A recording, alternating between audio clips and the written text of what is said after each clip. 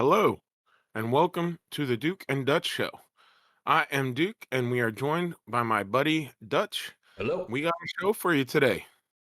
We got It it. is another sweltering hot day, humid day in the great state of Pennsylvania. Humidity just doesn't want to go anywhere. I feel like we're in Florida. I'm sure you can relate. Well, oh yeah, yeah. Florida's hot. PA is hot right now. There's no escaping the humidity, especially not in the room I'm recording this show from. But if I wipe myself off with a towel for a little bit, that is the reason. But we got a Gives me big, flashbacks to Florida. yeah, we got a big show to get into today. We have a lot to talk about. Firstly, I think the most major story, or maybe not the most major one, but there is a little upheaval in Colorado where there's been a 33-year-old man, PDF file is being set free for attempting to abduct an 11-year-old boy at a park. And there's a lot of backlash going on about that for obviously good reasons. And Yeah, understandable. A Soros-funded DA is probably going to be recalled for it. Meanwhile, on another front, we're going to continue our coverage of Alligator Alcatraz and how the Democrats are pretty much still whining and whinging about the whole situation about illegal immigrants, while the person who's actually running the facility says they're all full of crap. And that's going to actually get into a story that's very interesting about self-deportation of a family right here from Pennsylvania, Pittsburgh, actually, so on the other side of us. But beyond that, what do we got? We got to talk about the huge rift that is forming in the MAGA party due to the Epstein files. Some people want them released. Some people are saying just believe Trump. I'm more with the former personally, but it's very interesting to see how this might be the split of the MAGA party, which is, as somebody who has voted for Trump, I'm not super happy about that, but it's a lot of voices. I mean, pretty much everybody's got an opinion on this, and I have one as well. And the last thing, which is not really that big of a deal, but Barack Obama, probably just to boost the ratings, I would say, has appeared on Michelle Obama's podcast to quelch the divorce rumors that have been circulating since January when she didn't show up to Jimmy Carter's funeral, and then again at the inauguration. So we have a very big show, but I have a meme really quick. I have this little joke that obviously comes from Dixon Uranus. Great name, fantastic name. What do you call a group of white-wing influencers outside Lauren Southern's bedroom? Ooh, The alt-right I don't know. pipeline. Fantastic, I love it. That's fair. I That's fair. yeah, if you, I mean, I'm gonna just assume, I'm not gonna go into that story. I'm gonna I just guess you assume. didn't get it. I'm going to assume everybody knows what I'm talking about. Obviously, leave your comments down below. You can now clip us and cancel us because that is it's offensive. A woman has been raped. Yada yada yada. It's like, yep, that is the official story. Not like she slept with Destiny and a bunch of other influencers. No, that did not happen. But we're not talking about that today. Maybe we'll talk about that on Friday. I want to see how it develops a little bit. But I would honestly, I would trust Lauren Southern as much as I would trust going to India if I was a 19-year-old white woman. Oh, I can't say that. Damn it. Ignore that clip as well. Don't clip that, please. All right, we're moving on here. Our first story is a registered sex offender who tried to kidnap an 11-year-old boy during recess is set to walk free as prosecutors plan to drop the charges. 33-year-old Solomon Galligan was captured on camera trying to kidnap an 11-year-old boy in Aurora, Colorado.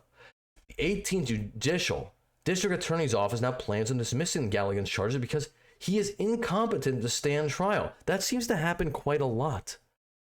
I don't know, but it does seem quite often that happens. The District Attorney's Office says they are planning to drop charges against the defendant, which is required by law when they are found mentally incompetent to stand trial. The thugs who are letting him out are just as evil. I don't think there's any audio to this clip, and I'm going to warn you what you're about to see is disturbing, so if you don't want to see an attempted kidnapping, which I would totally understand, yeah, please click off. So,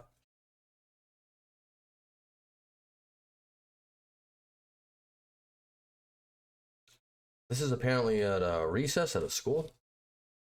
Hmm. A little disturbing, I would say.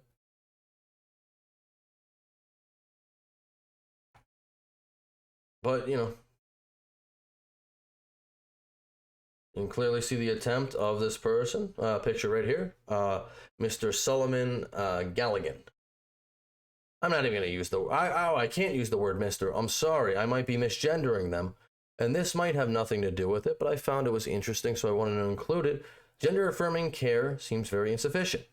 And it appears that Solomon Galligan, at least, these are old posts, but at least from a few years ago, I mean a decade ago, I guess at this point, but it appears they subscribe to the trans movement. So I'm starting my hormone shots, and I really can't wait. I'm on my hormone pills. I've been on them for almost 4 months, and I wake up all depressed and crying, but in the end, it's going to be totally worth it. If you know what I mean, I'm really excited. And obviously, this was the trans sex offender is seen in the mugshot after trying to snatch a young boy from an elementary school. Interesting. Fascinating behavior. Who could have predicted this? So, Definitely sounds like a mentally unstable person, to say the but least. Mr. or Mrs. Galligan, or maybe Miss, I'm not really sure of how I should be. I want to be sensitive here. No, I don't actually. I don't really want to be that sensitive. I don't really care. So, prosecutors have dropped charges against man accused of trying to kidnap child from school. Interesting. Very interesting. I mean, 'cause this is something I would think you should be locked up, honestly, like for life for. That's. I don't know if the country's gone Pretty so. blatant. It's gone so It's far pretty blatant. left. Yeah. I don't think that's a wild opinion. Like you tried to abduct a child. I can only imagine how this boy's parents feel, how the child feels, how the community feels.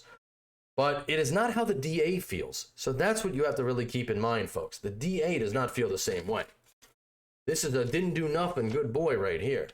So, Although this is a very bad story, and it's a story in itself, the more importantly, I think it's the handling of the case is really the story, because this is not somebody that should be on the streets. oh no, no, of Hopefully, course not. even if they do drop the charges, hopefully they are smart enough to at least incarcerate this person into. Well, are there even mental institutions anymore? I don't know, but Yeah, there are mental institutions, but you have to be court appointed to go to them. There are no asylums anymore or anything like you know, that for the mentally this is ill. this is not somebody that has any way of being productive to society. They clearly have mental issues that they are not getting treated for.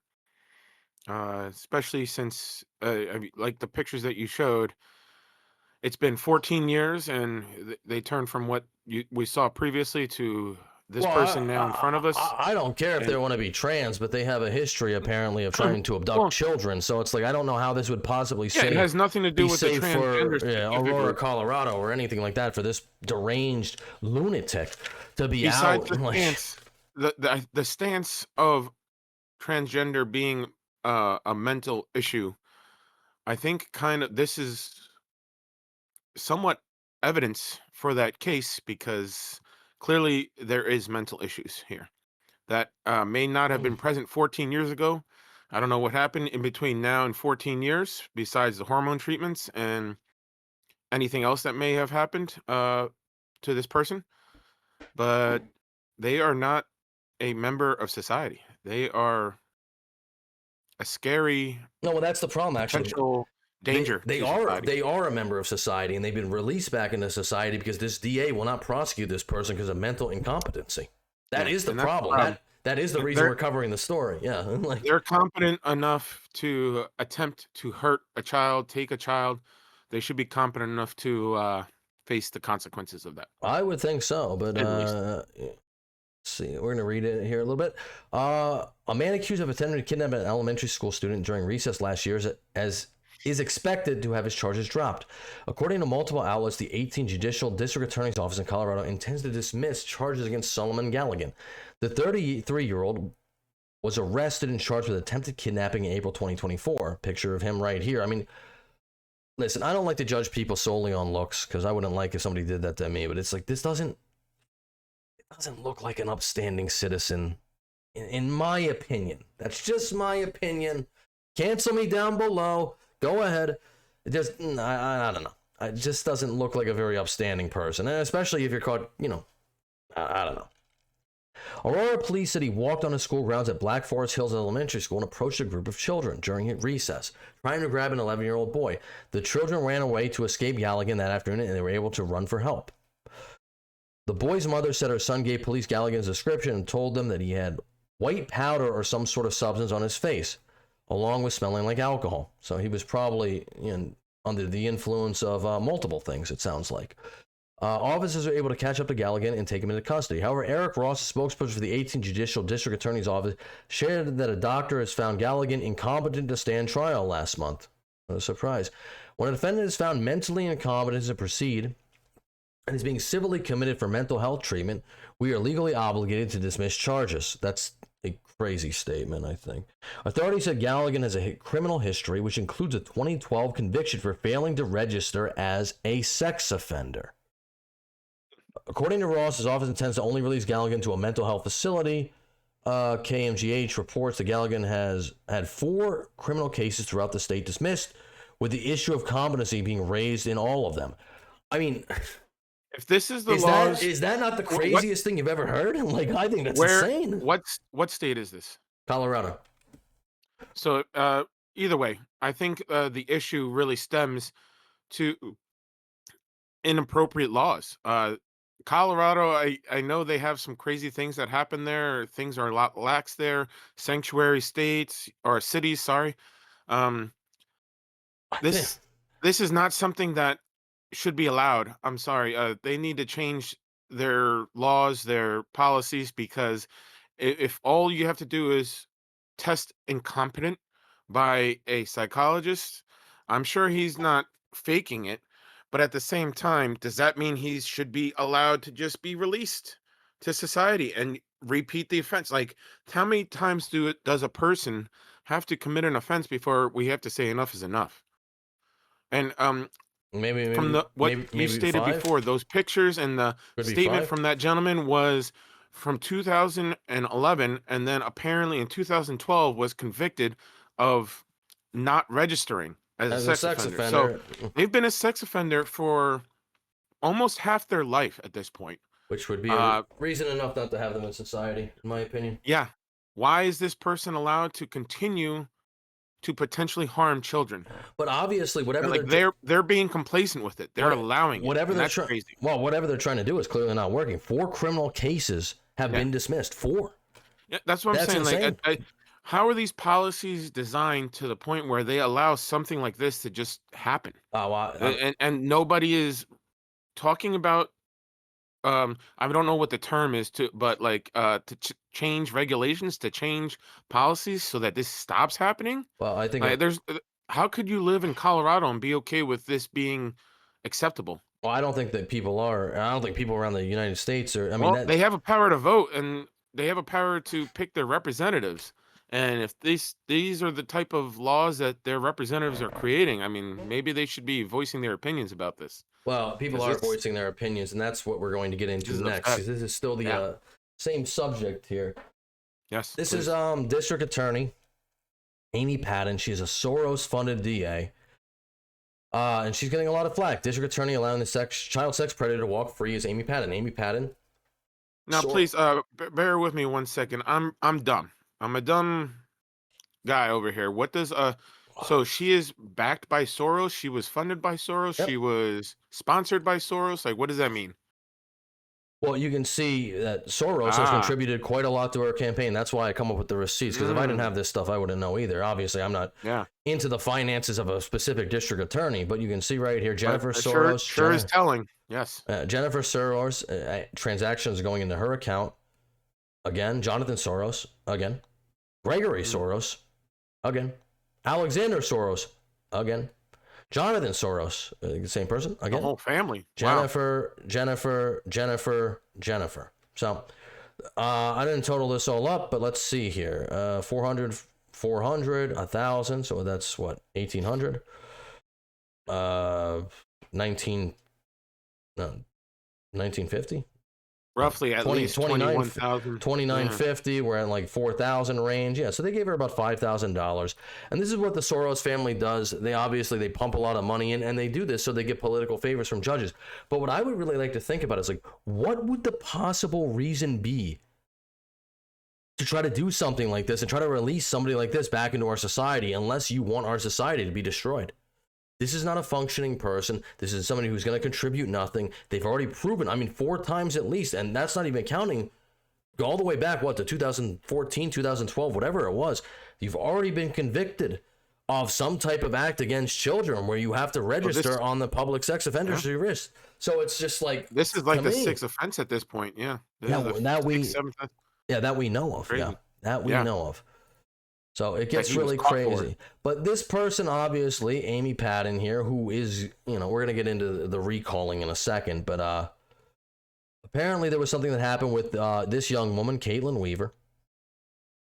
She was killed in Colorado by a 15-year-old illegal alien after he plowed into her with a car at over 90 miles per hour. Eesh. District Attorney Amy Patton has decided to give probation and community service to the illegal without any jail time. An innocent American is dead while her killer walks free.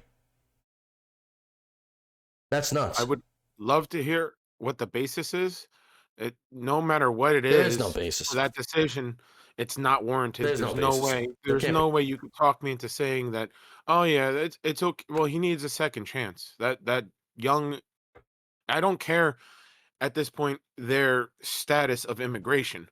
If a U.S. citizen hit somebody at 90 miles per hour and killed them, they deserve jail time. Oh, see, I very much care. Because you are not paying attention to the laws that you are supposed to be paying attention to when you get a driver's license. Now, this person, on top of all that, Well, they were 15. doesn't even have a driver's license. Is not supposed to be driving. They're not supposed to be in So, the like, there's numerous crimes. They're not supposed to be in the country. They're not even supposed to be here at all. Again, So- let's remove the immigration because that's not the highlight here. The highlight here is no, that is the even highlight. if they Of course that's the highlight. please let me finish. Hold on. Please let me finish. All right. Hold on. Go on. If it was a U.S. citizen, that person should be going to jail. So it goes without a saying, you add the extra crimes of being an illegal immigrant, yeah, that person definitely deserves to be going to jail. But the problem, obviously, in the bigger picture is the reason why we need stronger immigration laws is to prevent stuff like this happening. But either way, it doesn't matter who or what status they were. If somebody kills somebody driving at 90 miles per hour, the least they need to do is serve some jail time. You would think. There is no excuse for you to be driving 90 miles per hour and plow into somebody. Zero excuse. No matter if you're illegal or a U.S. citizen. No, it's a bleeding heart liberal. I'm sure you want this person to have their second chance. They can have their second chance. They'll probably get out in like 40 years. Then they can have their second chance. But you took somebody's life. Yeah. This young woman will never get a second chance at anything. Why? Exactly. I mean, because you were speeding. Obviously, there's no place in the country you can go 90 miles per hour. You were illegally driving, and you're illegally in the country. And for some reason, you get community service and probation. And somehow you get a lighter sentence. For taking somebody's life? Make that make sense. How do you get a lighter sentence by committing more crimes? It makes sense when you realize she's a Soros-funded DA. That's what I think. That's what I personally believe. Like you said, it does tie into the other one because it's like, why are these members of society being released back into society when they're proving they're not good members of society? Well, I mean, the illegal immigrant is not even a member of society. Not really. He's a member of society. He's not a legal member of society, but he's not a legal member of society. All right, fine. I'll take that. Fine. He is in our society, just not legally. And either way, he's proven that he's not a good member of the society, legal or not. He's not a good member. So, all right, I'm going to go on here, and they're going to actually talk. I'm hearing rumors that there will be a recall effort against, I can't say this, Arapahoe County DA Amy Patton. I don't know how to say that. For releasing a sex offender who attempted to kidnap a child without consequence because he's incompetent to stand trial. Good. I hope she's recalled. We're all sick of lax enforcement on criminal laws. Yes, absolutely. So, and this is going to get into it more. And there's no way there's not an option for them to go, even if it is regulation. Oh, he's mentally unfit. He can't fit. Don't tell me there's no way that they can prosecute still. There's no way it's absolute. There has to be a way that they could still prosecute. Well, not if you're incompetent to stand. Although, there are cases like in the case of Lori Vallow. I don't want to get too off topic here, but Lori Vallow. I don't know if anyone's familiar with this case. Lori Vallow Daybell, doomsday cult mom. She ended up murdering her 2 kids, murdered her ex-husband, her future husband's wife. Took all those people out, or she had accomplices take all those people out. She's now been found guilty. She was found incompetent to stand trial. Interestingly enough, though, this was in I believe it was in Idaho. But they kept her long enough where they kept reevaluating her until they figured out that okay, now she is fine to stand trial. So I don't know. They could do that for her, but apparently they can't No, do they that could for do this that for this gentleman. guy. Yeah, why not? I mean, he's been And how long has he been in the system? Oh, at least 15 years, well, according to what we've seen. he's been mentally, he's mentally incompetent 4 times. He can never be prosecuted. Obviously, putting him into a rehabilitation facility is not going to work. Yeah, it's not productive. Yeah, it's not going to work. So, but they're actually now Colorado is pretty pissed about this, and that's why I wanted to cover this because it was just this guy trying to kidnap this kid. It probably wouldn't have made the news. It really only makes the news because this woman, this DA, is so incompetent. So, Colorado Dem DA will be recalled for moving to dismiss charges against trans sex offender accused of trying to kidnap a boy.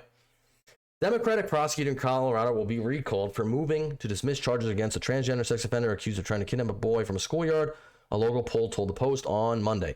District Attorney's office in Colorado's 18th Judicial District told Fox 31 that it is planning to drop the raps against Solomon Galligan, 33, after he allegedly attempted to snatch an 11-year-old during recess at Black Forest Hills Elementary School in Aurora in April 2024. And listen, I don't really care if this was this guy's first offense or that it's his 6th offense or however many offenses he actually has. You do that one time, you fucking deserve This jail guy time. does not belong in polite There's no society. offense or but. There is no Yeah. reason that I can possibly see that this guy, like, what he's going to get rehabilitated all of a sudden? No, it's not going to happen. Galligan underwent a competency evaluation after his arrest and was found mentally incompetent, the DA's office said. Prosecutors said they're now planning to drop charges against the defendant, which is required by law when they are found mentally incompetent to stand trial. But Aurora City Councilwoman Danielle Jurinsky disputed that stance and told the Post an effort to recall Democratic DA Amy Patton is well underway and will begin this week, and ensure that it will be successful. The conduct of the 18th DA over the past 6 months is beyond deplorable. This is simply the icing on the cake. So apparently, and I would definitely call it deplorable. This well, is I pulled it up. turns a horrible story to a deplorable story I because this yeah. Well, you're enabling this behavior. Are you like how are we even having this conversation? we That just it's enabling this fucking behavior. That's crazy. we just pulled up that young woman who, again, she got killed, and they were like, "Oh, it's probation for killing somebody." I know it's not intentional, Yeah. but like, still, how many Even if laws it's were an broken at accident. that time? Yeah, How many times have you seen anybody DUI or anything like that? They didn't mean to kill somebody, but guess what? They still go to jail yeah. because you still ended someone's life, Apparently not whether in it was an accident or not. Colorado. That's Pretty crazy. loco, Uh, insane. the Yeah. the progressive attitude will not be tolerated. While certain state laws highlight deeper issues in the state of Colorado, Amy Patton will be recalled for her part in not upholding the laws and punishing criminals. The suspected sex fiend's older sister, Sarah Galligan, even told 9 News in April 2024, that her brother has been in and out of jail for 12 years and that it's not safe for community or himself to be out on the streets, So she said her sibling, who was diagnosed with schizophrenia and bipolar disorder when he was 16, was deemed unfit to stand trial in previous instances and wasn't institutionalized because of a shortage of beds in mental health centers. Well, then, listen, in all honesty, then, what I really believe, send him to jail. It's not safe for the community. It's not. You know what's crazy even more? That apparently this person's been diagnosed since 16 and was allowed to get hormones to transition, knowing they were mentally unbalanced already. Yeah. So yeah, what are we gonna do? Yeah, let's give them I'm sure hormones to mess that's with their not helping. Yeah. mental. Yeah, like you just turned a small alarm clock into a ticking time bomb by doing that. You messed with a person's brain chemicals that already had messed up brain chemicals. How did make that make sense to me? How is that legal? How is that okay? How is this not negligent? Like I just don't get like the person was documented having mental disorders. So you allow that person with mental disorders to take chemicals that alter their brain? How does that make sense? How is that legal? And you wonder why this person's crazy now. Because the medical and the pharmaceutical industry is all one big money-making racket. Yeah. My opinion. Talk about necessary legislation reform. Colorado, if this is how it is in Colorado, I will never visit Colorado. This is crazy to allow this type of behavior for the last 15 years, apparently. Holy shit. Yeah. I wouldn't feel safe bringing my children to that state Oh, if this is the type of things that they allow and do. I, Like, you even catch the guy doing inappropriate things, and you're just like, well, he's not fit to face it, so we're just gonna let him go because there's nowhere to put him. So we'll see what happens. He'll probably won't do it again.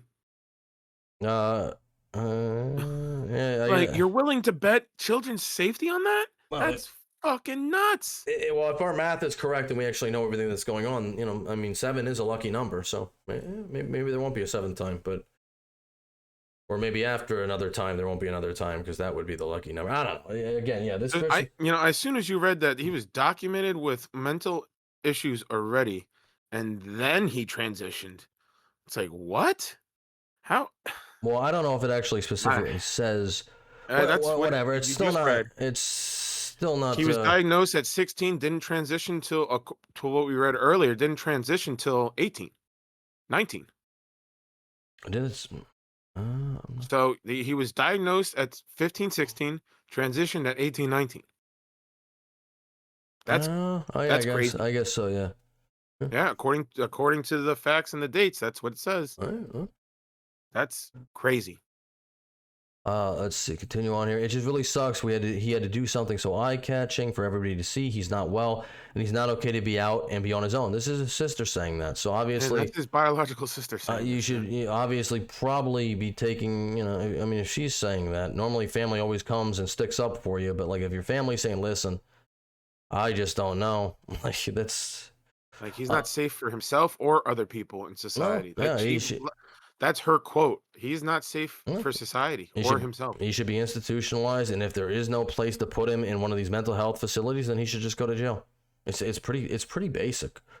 Amanda's Morris, Sullivan's niece, added, "This has been like the 4th time that we're sitting here thinking, how did he get released? Who's letting him out?" Thank you. So his family seems own that family his saying that. family That's has a lot of sense. His family knows even like they have sense. They're like, yeah, no, this is completely wrong. Solomon Galligan shared the news of his gender transition in a 2011 Facebook post and later identified as a woman. That same year, he was placed on the sex offender registry after he was convicted of a non-consent sexual contact. Yeah, I'm not gonna read through the entire thing, but obviously, listen, this person is obviously I think they're a danger to themselves, which is tragic. But more importantly, they're a danger to their community and they're a danger to society. And this stupid woke DA should definitely be recalled. And I think they should be prosecuted. Personally, that's what I think. But I don't know how you can condone this. How you think you're doing a greater good. One, it doesn't seem like you're helping. You're not helping his family. You're not helping his community. You're not even helping the dude. Or however he identifies. I don't know how he identifies. Sorry if I misgender the guy. But it's crazy that the legislation backs this up, though. That's to me the most alarming thing. Well, There's actual legislation to back sweet up what she's DAs, doing. man. It's not like having Harvey Dent in Gotham. It's like this is just like a weak DA. Although actually, I guess he turned into Two-Face. That's a bad example. Bad example. Let's not Don't focus on Harvey sidetracked. Dent. I misspoke. I forgot about that. Sorry. Bad example. Let's move on. We're gonna move on here. I don't want to talk about this creep anymore. We are going to move back on to our favorite topic. Well, it seems like our monthly topic anyway, of Alligator Alcatraz. But first, before we move on to that, Duke, you want to do the honors?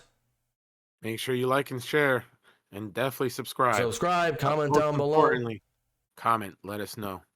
Would you be all right with living in Colorado under these legislations and these No, I'm actually wonderful members of society? What I'm more interested in is anybody out there, because a lot of these stories don't actually get mainstream news.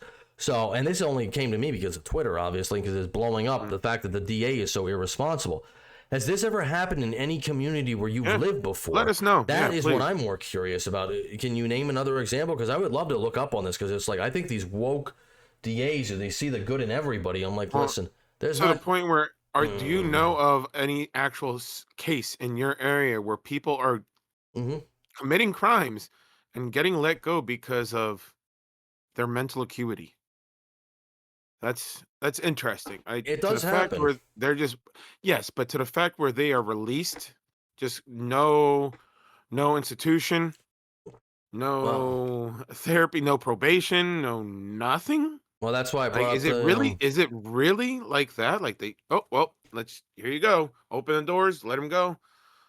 See you next time. well, that's why I Like, brought up that is that whole really like that? and that's why I brought up that whole Lori Vallow thing. That was in Idaho. It's a red state, obviously, and she was convicted of murder, but he's trying to abduct a child. I mean, it's like I don't want to do like a tier system here. I guess murder you could say is like technically worse, but it's like it's not really a whole lot in my opinion. But that's just me. I don't know. But all right, let's move on here. Last time we were on, we were covering Debbie Wasserman Schultz and her butthurtness about the terrible living facilities of the poor detainees and illegal immigrants who are now facing deportation in Alligator Alcatraz. And I found this interesting. I didn't find this last time. Again, and her major complaint is they got to brush their teeth where they poop, which is I do that every day. So I don't know. I don't know if that's maybe she should come to my house and liberate me. I think her statement directly means because it's part of the same actual structure. But again, regardless, it's not like you're brushing your teeth with toilet water. It's separate pipes. They just happen to be in the same structure. That means nothing. That's literally it's logistics. Like, are we really complaining about logistics? Yes. Yes, we are. That's what's happening here. That's what I'm. Yeah, it's totally separate pipes. You're not brushing your teeth with toilet water. It's just in the same. It's an efficient use of space. I don't think the Democrats would know what that is. But anyway, this guy says, this is what the head looked like in boot camp when I signed up to defend this country in 1968. The image on the right is at Alligator Alcatraz, a detention facility. So, and obviously this is Yeah. Apparently, it's okay for our military to have to do it, but God forbid somebody who's here committing a crime, aka being here illegally. Well, I do think this sucks. They should have at least like just install a wall, I guess. They should have a privacy wall. Again, at least, but, last I checked, you and me used to shower in a huge room full of 30 different guys. Yeah, well, It happens every day. It does, yeah. But and we weren't in any institutions, and we weren't in any prisons or jails. It was our job, and that's how we had to end our job. Yep. Like, yeah, because of lead exposure. Yeah. So and we were in like a I would say we were in like a it's like not unfit conditions. It was like, that's the point I'm trying to get across. We were it's not unfit we were like cattle. I mean, I would make that. You're still getting unfit conditions is not getting a bathroom, not getting a sink. That's unfit conditions. This is some guy in charge, or they say the warden. I don't know if he's the actual warden, if they have an actual warden, because it's not an actual prison system. But he went on Fox News and he's going to refute whatever Miss Schultz, or the Democrat from Florida, who was really butthurt about the living conditions. So I thought this was interesting. Let's take a look. Create controversy where they're like, making things up or exaggerating. Absolutely. I think probably one of my favorites was an individual had a thermometer, an infrared thermometer that they actually pointed at a light bulb, and it was 110 degrees. And it was, I knew it is 110 degrees. I said, let's actually pull that down to where the ambient air is at. We know they didn't like the toilet system. Yeah. Yeah, so the toilet system, you showed that already. And, this is a standard mock-up toilet system that is in any secured facility. Again, we meet and exceed either the national standard or the state of Florida standard, whatever is a higher level. We meet or exceed that standard. And these inmates, Kevin, these are well-fed inmates. There's no one starving to death. Yeah, that might be one of my favorites, Jesse, is number one, it was a gray turkey sandwich. Well, she was about 6 feet away from that turkey sandwich box that was in a wrapper that I don't know how she could tell it was gray. However, think about it like this, Jesse. Individuals that go to a hospital, individuals that go and get Michelle Obama's lunches are getting the exact same thing. Oh, that's what I brought up last time, school lunches. Is she going to go in and evaluate all the school lunches and make sure they're all nutritious and healthy? Doubt it. But then she turned around and asked, as a part of that same question, if they want second portions, can they come and get it? So it's either gray and it's too nasty to eat, Yeah, what or is it? Yeah. it's okay and can I get second helping? Ooh, that's a great point too. Yeah, I mean, can they not get second portions, or would they not want to eat the food at all? Not to mention, first off, also you got to think about it. How are they being underfed if they're if you're talking about second portions, they're at least getting one portion. So are they going hungry, or do they just want to eat extra? Because if you're going hungry, that means you're not getting fed at all. Unless I misunderstand the meaning of going hungry. Does hungry mean you're actually getting food, or does hungry mean you're not getting food? I'm confused on the meaning of hungry when used by I got no idea. her. Because the Apparently. Democrats are contradicting themselves in 2.5 minutes. Exactly. But I mean, it sounds like everyone's being fed, maybe not getting second helpings, but everyone's being fed. So I don't see hunger. It's just me. no, I 100% agree with you. I don't think the Democrats really know what they're saying on this. In some parts, this is a concentration camp, which I think is kind of an insult to concentration camps, personally. But CNN, and this is going to be our segment for this from now on. I have a lot of good clips from CNN. Got our buddy. They definitely need Scott Jennings here. Tiffany Cross as well. Tiffany Cross, if anybody doesn't know, she got sacked from her show, I think about 2 years ago, for being too racist. Not surprising. They definitely need to take another class in history if they think that is anywhere close to a concentration camp. People who are suffering right now, people who cannot pay their mortgage, people who have been separated from their families, people who are sitting in deportation camps, concentration camps, foreign and domestic. Yeah, this is the thing I always say too. They just throw that word around so loosely. It's the misinterpretation. It's ignorant. It's the misinterpretation of words. It's like words no longer mean what they mean. Yeah.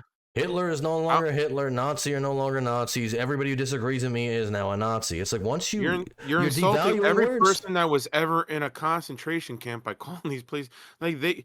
Not saying that they would wish either or, but I promise you, they would prefer to be in something like this than an actual concentration camp. You have no idea what a concentration camp is or what it did to the inmates of the concentration camp. If you think this is what it is. Those people do not want to see people.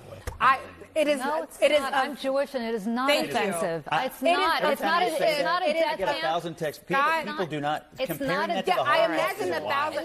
This woman, I don't know if she's Jewish or not, but she speaks for all Jews apparently. Just, that's interesting. It's not offensive. It's Speaks not for all. offensive. Speaks for all Jews. No. She's speaking for all Jews by saying, I'm It's just not saying. offensive. All Apparently. right. And I honestly wish they were more all right. offended Wild. by the Tiffany, action of finish this your point, administration. and then- I wish okay, they were go more ahead, Sharon offended by Michaels. the action of this administration instead of my language. They should focus on something more important than That is- what I call so it, I and focus more. Your language is actually pretty important in Tiffany Cross. If you had better language and a better filter on yourself, you wouldn't have got kicked off of your show, would you? All right. On what's actually happening to people who are getting disappeared by a government agency, and none of us should ever Nobody's getting disappeared. normalize that like it's something rational to do. can- My point is this entire asinine never get it. scene of people playing cartoons. No, I won't get the logic of disappearing people, Scott, and I hope I cannot that you believe guys you're. get I it. cannot Sharon believe you're Michaels, minimizing that. your point. I can't believe you're Man, minimizing words people matter, being man. disappeared by the government. Go ahead, Sharon Words Michaels. matter. Nobody's getting disappeared by the. People who are not supposed to be here are being sent back home. That's disappearing them. I mean, what does that mean? Is disappearing from your block, or from your neighborhood, or from the country? They're not going bye-bye. I mean, they're going somewhere. They're not being disappeared. Crazy. Another day has gone by without a single name of a person that was a legal resident of America getting claimed to be. I still have yet to hear a single name of a person that was taken No, from it's this not country. happening. It's not happening. It's like it's very clear to That see. was here legally. They're just grasping at straws here. We're gonna get into this by Phil Williams. He's a former senator, I believe. He's got a really good point on this. Administration says that they're sending the worst of the worst there. Why are they sending people with no criminal records? Well, listen, first of all, when I was in the state senate, we had a ICE detention facility in my district. I was involved with several aspects of the different things that have to be done and the grants that were required and the upgrades that had. Every federal detention facility, every one of them, goes through these same exact stringent requirements. These people are getting 3 hots in a cot. They're not being abused or not being tortured. They're getting better conditions than I had when my team lived in Afghanistan. True. So the reality is, Nobody complains about any of our soldiers and the conditions they have to go through, which is relates back to the first person I showed you. Nobody cares about any of that. And they're willingly signing up to serve our country and defend our nation. They should get better conditions, but nobody will go to bat for that. That's just an accepted thing. But these people who come in, they don't pay taxes, they undercut American wages, they take away American jobs. Oh, that's totally fine. We have to treat them. Hey, if you came over here last Tuesday, you're just as American as somebody whose family has been here for generations. Insane. The idea that they It's are insane. somehow being abused as people, having their humanity stripped from them, is a misnomer. I reject that. I haven't been to that one yet, but I've been to them before.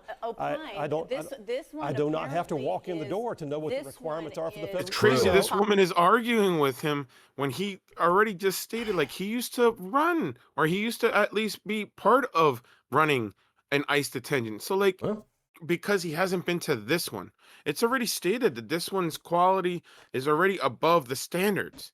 yeah. So But- what's the argument? He's already been to places like this. He's run places like this, and you're gonna tell him he doesn't know what he's talking about. They gotta be outraged for some reason. They have to be. Like, I mean, do it's we just- understand that? Like, he doesn't know what he's talking about, but he used to run an ICE, or at least have part of running an ICE detention They have no facility before. They have no idea. How what they're does talking that about. make sense? How does he not know what he's talking about when he used to run one? Do you want my honest answer? No, I'm saying these. Yeah, I was gonna I'm say. saying these questions so that I don't want to get I'm kicked off saying YouTube. these questions so the audience can I don't can wanna get think kicked those off. things I for thought you were themselves. asking me. I was like, I don't want to get Nope. kicked off of YouTube. Remember, we do have to reel ourselves in here and there, but I'm saying these things as a rhetorical question for the audience, for anyone who's listening. I hope you're asking yourself these questions, because I know I am. Nomination. According to the I reality, talked to some of the members of Congress who went down there. Let me just read. Absolutely necessary. Look, let me say one thing. First, Yeah. the Trump administration says what you're saying. But if you also listen to those rallies, he repeated ad nauseum that these were the worst of the worst, the criminals, that they had cleared out their insane asylums, which he seems to think. And Tom Homan has also said that if they find other people with these people that they're going after, that they're going to arrest them because they're not supposed to be here. Listen, I'm not going to get into this because we already covered this in the last segment. We've covered it numerous times. We Like, can't. they're not going to lead a blind eye have to to anyone just here get illegally. everybody out of here. That's what I think. If you are not supposed to be here, you need to leave, unless you're on a temporary visa or something like that. But like, you know, And hold on, let me stop you though. If you're on a temporary visa or in the process of applying for it, but not disqualifying yourself, because there are regulations to having a visa. There are certain rules you have to follow that are not just the basic rules of the land. There is more that you're not allowed to do certain activities. You're not allowed to protest if you're on a visa. People forget this. Well, I found you're not allowed to do these things. You don't have the same constitutional rights. I found a story earlier today. It was about a guy, him and his family went to Thailand. They overstayed their visa. They go to the airport to leave. They got arrested. They said, you got to pay this fine or you're going to go to a detention center. And he said, I got enough for my wife and my kids to get on the plane. I'll pay those fines. I don't have enough for myself. He was in a detention center for 11 days. And I guarantee you he'll be barred from the country. He'll never be allowed back. Every country does this. Oh, like, this is not a unique thing to us. It's not an American thing. Yeah. No. Every country has their own immigration laws and they enforce it. Some are definitely enforcing it harder than others, especially a lot harder than we are. But apparently we're under a magnifying glass. The same thing as asylum. By the Let me just read Democrats, one more anyway. thing, Phil, I promise I'll let you in, and then I'll let you. You haven't spoken at all. So, an immigration attorney, Kate Blankenship, said she was turned away after traveling to the remote facility, waiting for hours to speak with clients, including a 15-year-old Mexican boy with no criminal charges. Her client, Arroyo's client, another attorney, is a 36-year-old Mexican man who came to the U.S. as a child, has been at the detention center since July 5th after being picked up for driving with a suspended license. Another attorney, Ige, has been seeking the release of a client in his 50s with no criminal record and a stay of removal, meaning the government cannot legally deport him while he appeals. So many people, it seems, are there. Some of them are in a process. Some of them were out here as children and are being sort of pushed into saying, sign away my rights, send me back somewhere. So several things. One is the self-deportation is... Self-deportation is great. You get $1,000 and a free flight home. Let's see what he says. I'm curious to see his stance on it. I mean, they're paying each one $1,000 and sending them with a free plane ticket. So self-deportation is really not a scary thing. But the reality is, I don't think that's the point. I think the point is, like, that is the point. people But have the moment lives here. Maybe Let some the of man them are talk. Let the man talk. No, the point is they're not supposed to be here. That's the bottom line. There is nothing else. The left side of the table was portraying somehow that the self-deportation was somehow weighing in hard and pressing down on people. It's like saying, hey, if you'll do it this way, we'll even pay you to go. How awesome is that? Here's a free ticket and a flight home. Hold on, Phil, but the reality is we also voted for the numbers at the border. Just to be honest, I mean, I understand what you're saying, but just remember, we're talking about human beings here. We are. Okay, some of them have families, they have jobs, We're they also have talking communities. about the rule of law. I get that too, but I'm just saying the way you're describing it, it's like just get on a plane and here's $1,000. I mean, it's Our response is, I get that too, but yeah, I get that too, but I get that, but I don't want we these people shouldn't to follow leave. our rules. How I will get the- that too, but it's the rule of law. Well, I get that, but so you're saying that we shouldn't follow the rules that we have in place. We shouldn't follow the laws. So U.S. citizens, they need to follow the laws. But apparently we don't need to enforce the laws on people that aren't U.S. citizens in America. That's the argument I'm hearing from the Democrats, at least on that panel right there. I think that's just the argument. And the to me, Democrats that's in a general. hell of a stance. Huh? That's a hell of a stance. Apparently, anybody who's not a citizen doesn't need to follow the rules. But if you're a citizen, you definitely need to follow the rules, or else you're going to go to jail. Well, I think this is a great thing. I think it's actually working, and we're going to get into this. This is a little bit of a long segment, but I think it's worth playing. It is about a family who's out of Pittsburgh, and they are going to self-deport because the husband is illegal. And I think this is what everybody should be doing. If you want a chance to even come back into the U.S., you have to do it this way. You know, there are ways to do it, and they're going to give you a sob story, and I'm going to push back on it a little bit, or we'll push back on it a little bit, but yeah, very interesting. I found this very fascinating. These are the main pictures from our house that we didn't want to just throw away.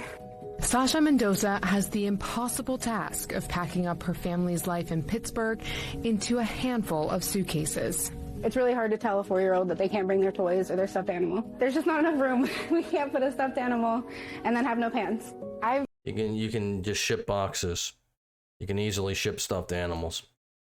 I've gotten over 30 stuffed animals from the Ukraine. I know you can ship stuffed animals. I'm just saying, my daughter has a lot of custom stuffed animals.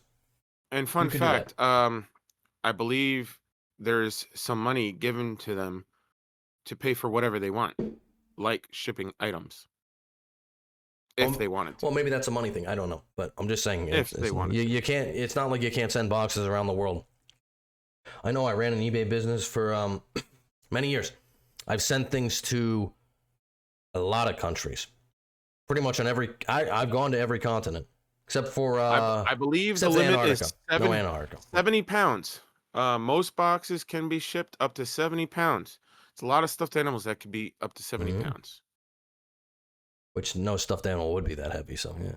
No, well, that's what I'm saying. You can fit a lot. Never felt anxiety the way that I have. I think the dimensions for the box are more than enough. Yeah, I'm sure. You'd be able to fit whatever you want.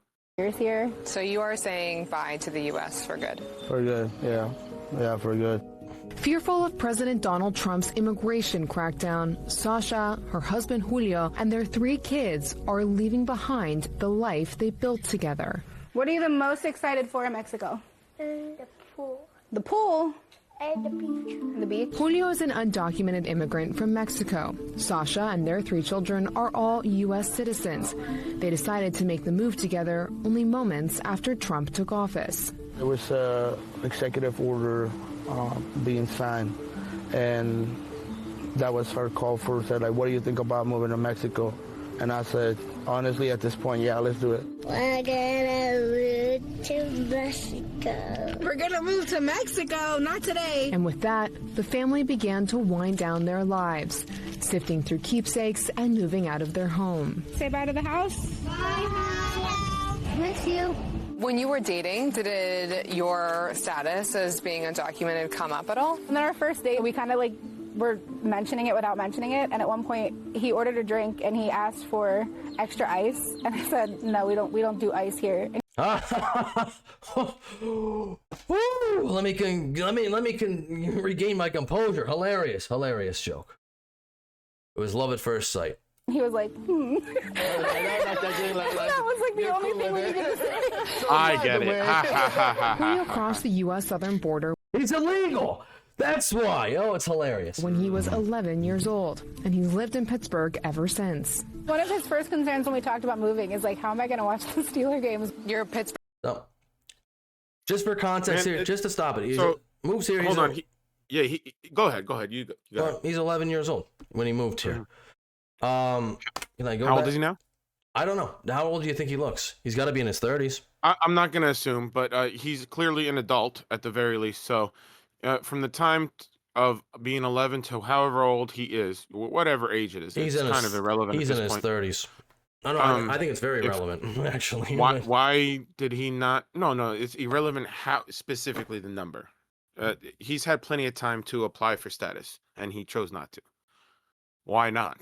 That's the question, isn't it?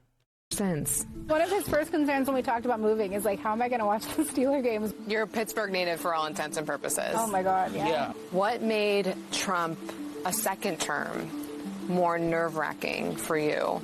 That to come to a decision that you had to leave the country? There are no limits. There are no limits on being a target.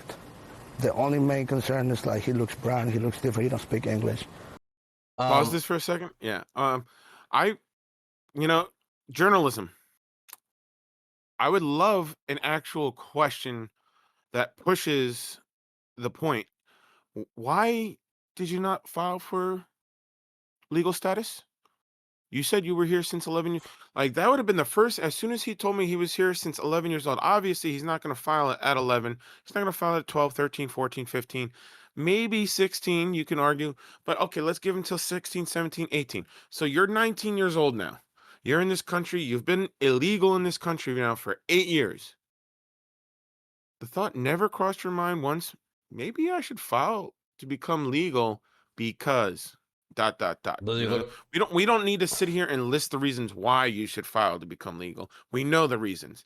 Why did this individual think it was not necessary for him to file for a legal status and just continue to live here legally? Does he look 20? Does he look 25? But Does he again, look 30? I'm not asking the question to say that we need to answer it. Why is this journalist not asking this gentleman who's in this predicament? I can answer why that. Did you never file? Why did you never file? I can actually answer that. Because that would have been crazy. That would have solved your current situation, sir. Oh, why did you never file? Oh, I can answer that actually if I can move my camera really fast. Can I move that? CNN, folks. CNN. They can't see that. CNN. Yeah. That's fine. He's the one. It doesn't matter. That's where things stand tonight in the case of Kilmar Abrego Garcia. they were confronted with their worst night. Kilmar Abrego Garcia is now back in the U.S. somehow. But he is. Just so everybody's aware, he's back. He is back.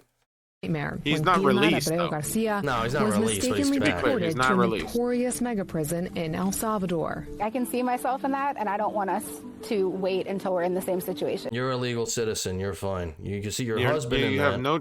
Yeah. But I think they're doing the right thing. Listen, they don't want to separate families, and they're making the choice to deport together. So I'm not going to rag on these people really too much because I think they're doing the correct thing. But it does pen the question of why, after all this time, are you not a legal citizen? And the only reason I could think, or what I would assume, I don't know this for a fact, you probably have a criminal record. That's probably why you can't do it. No, I don't even... No, you can't say that. I'm not going to assume somebody's... unless he has a documented criminal record, I'm definitely not going to assume that. I want to be clear about that. You can assume that. I'm not going to tell you how to think, but I will not assume that. What I will assume, though, is that he is choosing... He chose to not file because he was complacent with being illegal because there was no consequences with being illegal this entire time.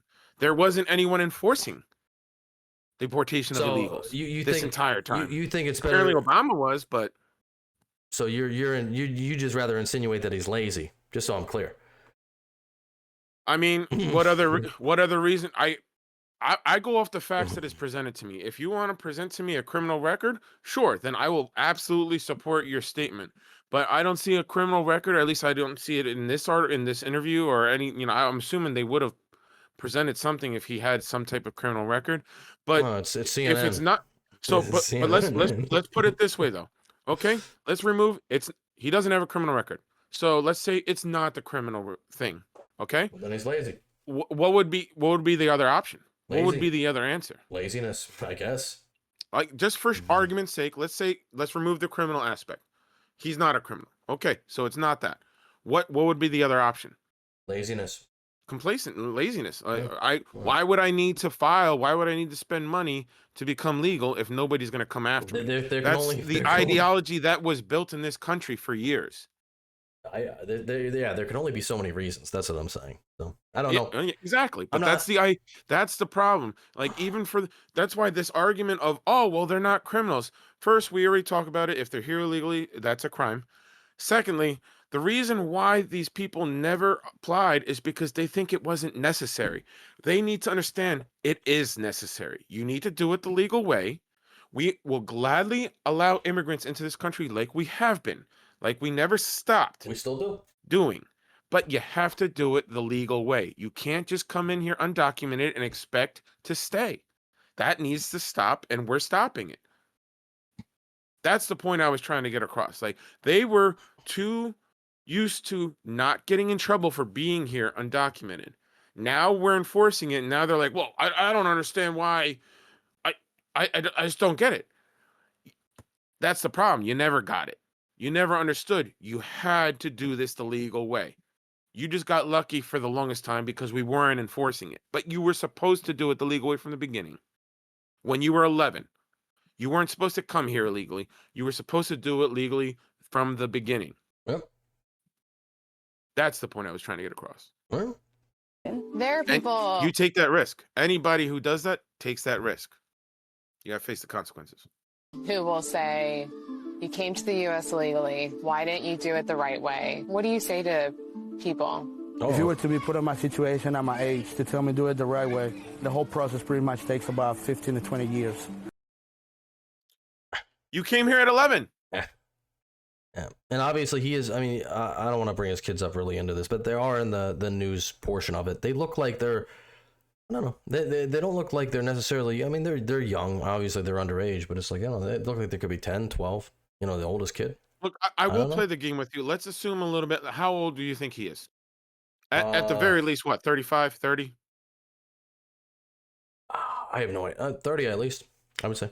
Okay, let's give it a little bit of a high number and say 35. So he's been an adult in this country for almost 15 years. For more than, if he's 35, for more than 15 years. Mm-hmm. Yeah. So that right there, again, why didn't you start the process? It takes 15 years. So then start it. It doesn't take 15 years. And then, you know what happens? What's crazy, and it happens when you start it? You get immunity status because you're actually in the process. You don't have to, as long as you're not committing a crime, as long as you're not doing something you're not supposed to do while you're in process, usually you won't lose your status. Oh, that would be of being in process. Like I said, that's my thinking process. I don't know if that's true. You could have done it when you were 18 or 19. You chose not to. The excuse he just gave is bullshit. Oh, well, it takes too long. So that means you should never start it because it takes too long? I guess. What kind of logic is that? Explain to me what kind of logic. I guess that's his logic. So, but I got to give him some credit. He is self-deporting. He is doing it the right way. So, you know, and I think, honestly, if you ever want to come back, this is a better alternative. Then, because I should have pulled this up too. There was somebody who was in Alcatraz right now, and they're saying, listen, I want to self-deport. It's like, well, it's too late now. You know? Yeah, you can't wait till you're getting deported to say, I want to self-deport. It's too late. You know, you have to do this the way this guy is doing it. So, although he has broken the law by coming into the country illegally, or somebody took him over here, maybe his parents or guardians or whatever, I'm sure, I doubt he made the trip by himself. But at least he's now recognizing that and saying, okay, I'm going to do this the right way. I'm going to go to Mexico. Maybe they'll come back. Maybe they won't. I don't know. But it's just sad, though, because if he had started the process, again, when he was 18, 19, if he was thinking properly and logically and actually, you know, paid attention, like, oh, well, you know what? I'm here illegally. Maybe I should try and do something about that.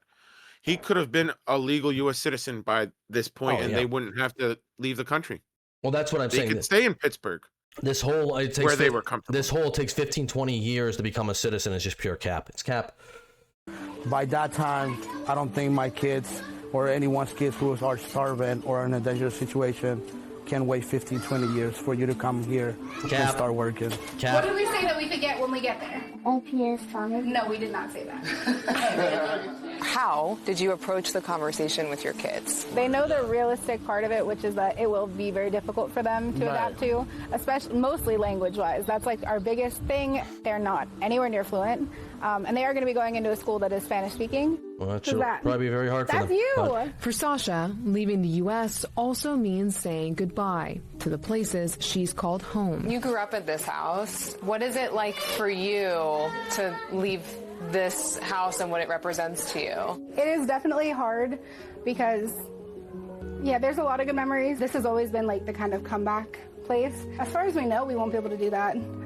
We've kind of all decided that today is most likely the last time that we'll all be like in the same place at the same time. I wonder if does that mean they own the house? Is that what they're saying? She inherited it or something like that, or they bought it from. Well, if she grew up there, obviously she took it over after her parents were there. Yeah, that's So what it she sounds didn't like. buy to the me. house when she was a kid. That's what it sounds like. Hours of research behind them, the Mendoza family spent their final days in Pittsburgh saying goodbye to family and friends. Stay in touch, right? No? I love it too, big dog. Stay safe. Stay safe. It's a decision not taken lightly, but for Julio, no other choice. Rolling the dice will be staying here. That will be rolling the dice. Playing with my life, playing with my kids' life, playing with my wife's life. That will be a gamble. I would say it's taking a gamble. I'm taking a certain win on this one, for sure. I think he is, actually. And I just sorry. The first thing that came to my mind, call me heartless. I don't think I am, but call me heartless. I think the biggest gamble that he took was not filing for legal status at 18. That was the biggest gamble he took. Well, and it didn't work out for him. I agree with that, but yeah, I think obviously, if you're going to do it, and if CNN's going to write a nice piece about you like this, and they're going to put it up on their network, so you're very, very sympathetic and all that stuff, but if you don't want to be separated from your family, yeah, this is probably the start best the move. process to become legal. You should have started it a long time ago. Yeah, I think now it might be a little late. It's too late. Well, no, that's the point, though. It's too late now. You should have started the process when you could have. All right. Again, now the fact that there's consequences to your actions, now everyone's crying. But I'm sorry, you should have started the process when you could have. You chose not to. But I and think now we're this is. feel sorry for you. I will say I think it's a better solution than going into Alligator Alcatraz, and this has nothing to really do Absolutely. with this. But this is just I found this a very interesting clip. One of my favorite people, Ana Navarro, host of The View. I love The View, folks. I love The View. I love Ana Navarro. She's such a font of knowledge and wealth. She's such an articulate Latina. One of the best Republicans ever, right? I think One of the best Republicans ever. I don't know exactly why she identified, but she's a Republican, as she says.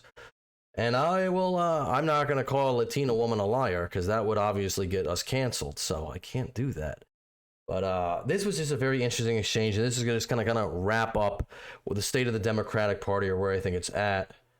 I want to respond to real quick. It would definitely get your tires slashed. Yeah. you saying that I was hyperbolic when I talked about a reign of terror. That is hyperbolic. And they're talking about Alligator Alcatraz, I believe, and they're talking about Trump and how everyone in her community, which, mind you, this woman is a multi-millionaire. So her community, she owns like a $30 million house in Florida. So that's her community when she talks about it. But she acts like she's in the trenches. But well, let her go off. Let her go off. No, it might be hyperbolic for you as a white man. Oh, okay. It's certainly not hyperbolic for me Being as a racist. Latino. No, I'm not being racist. It's to dismiss my opinion for being a white No, man. I'm not is dismissing racist. your opinion. I am Yes, telling you you are. that what the Latino community, the brown lot of them community disagree with you. in You do not America. speak in one voice Okay, for well, them. let me speak with my voice. I mean, you said I was being hyperbolic. Let me. I love Ana Navarro, man. I do. It's like she is one of the best gifts to the Republican Party. I'm just happy he's calling her out for exactly what she was doing. Like, you're being racist. Like, you're bringing race into this, and you're calling me a white person. I don't think because I don't agree with you. See, like, like, hold on. I don't like that at all. Actually, have you seen the color of his skin? It's ridiculous. Racially, sure. When a Latina woman is talking, you shut up and listen to the Latina woman talking. That's it. It's not complicated, folks. A Latina woman is speaking. I'm not. You being a white man as an insult? When you invoke it to dismiss my being a opinion, white man yes. as an insult? When you invoke it, Are you? as Do you an think? argument. Do you think Latinos are living under circumstances that other people may not be right now in this country? We're about to have a whole conversation about that very thing. But I just want to make a point that, Brad, all she's saying is that her view of the situation is different from yours. No, Abby Phillips. No, that is not what she's saying. She's saying because of the color of your skin, you do not have the right to speak on this particular topic. Am I crazy? Did I watch a different clip? And honestly, she's saying because he's white, he does not have a valid opinion about this topic. I don't like, and people are gonna call me racist. I don't like Abby Phillips either. Abby Phillips tries to be the moderator of this show, but obviously we've played enough clips. Biased. She's we've played enough clips of this entire panel with Scott Jennings. Scott Jennings, he's on a 5-on-1, man, and all every time. She affirms Scott Jennings has to fight everybody horrible off. biasness by all the I don't think that's an insult. She basically said, I'm wrong because I'm a white man. She just said, I see it differently. I see it differently. She said, I see it differently from you, which is not an insult. It's not, and it's also not. Oh, whoa. What just happened? Did you just hear that? Let's go back. Wait, so apparently Let's listen to it again and then we'll comment on it. Differently from you, which is not an insult. It's not, and it's also Wait a minute. So we're allowed to say that we see things differently and it's not an insult? Because last I checked, I'm racist if I don't agree with you. Is she allowed as a black woman to tell a white man about how he can feel about something? But that's not hyperbolic, right? That's not racist or anything like that. She's just real. But if I don't see it a certain way as everyone else, I'm racist. If I don't like Ironheart, I'm racist. No, that's because of the color of your skin, yeah. Oh, it's sometimes I find this absolutely ridiculous. It's like these people, they get on these shows and it's like you literally just you reaffirm what she wanted to say. You're gonna back her up obviously because she's on your side, but the other thing is now you're telling him how he should feel about what she said. As a white man, you should feel like this. It's just really weird, it's like it's just all right. This had nothing to really do with it. I just felt like pointing out Ana Navarro's racism in the middle of this because I love Ana Navarro. I love The View, Joy Behar, Sonny Hostin, Whoopi Goldberg, Alyssa Farrah Griffin, whatever the blonde woman's name is. I always forget her name. I'm sorry, blonde woman. I know. I never remember you. You never get clipped. You gotta get clipped. But let's move on from this because we gotta keep moving on here. So from bashing the Democrats. And obviously, like, share, subscribe, comment down below. Do you hate Ana Navarro as much as me, or do you hate her more? Oh, that wasn't the segment, actually. And that wasn't please the segment. comment. I'm sorry. Please comment to get to the root of it. Please comment and let us know: is everyone's opinions valid, or are only certain people's opinions valid? Please let us know what you think. I hope our opinions are valid, or we're about to get canceled. We just went off for quite a while, and listen, I gotta go in the sun more. I have Italian ancestry, so I can tan a little bit, but like now, you said it, I didn't. I'm looking pretty pasty, so it's like I gotta get in the sun. If I get a little darker, maybe my opinion will matter a little more. I don't know. I don't know. Cancel me for that. It was a joke. It was a joke. Everybody, don't do that. I'm sorry. I'm getting too punchy. It's really hot in here. I'm getting too punchy. We're moving on here from criticizing the Democrats and whining about Alligator Alcatraz. I want to move on to now.